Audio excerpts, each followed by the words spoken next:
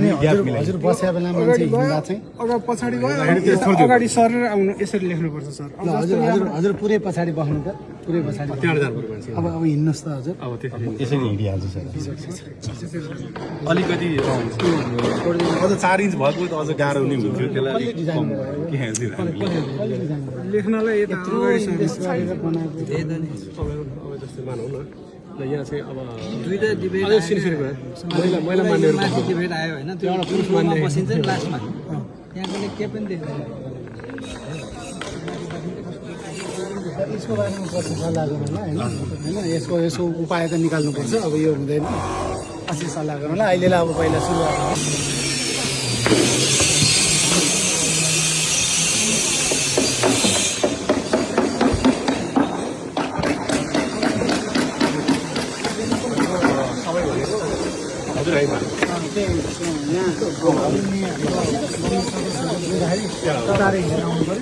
यता अर्को भर्याङ पनि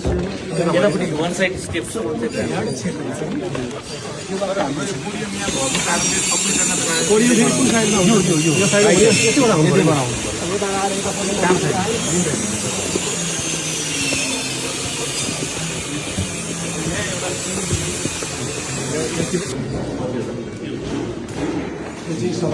हजुर वेटिङ त्यो सदन चल्नुभन्दा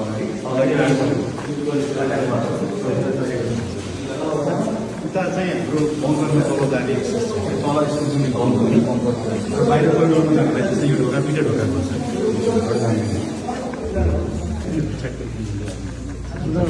त्यो उसको लागि हाम्रो भाषाको लागि ए हो अब साङ्केतिक भाषाको अब कहाँ गर्ने हो त्यो यसमा किन पहिला त प्रोभिजन थिएन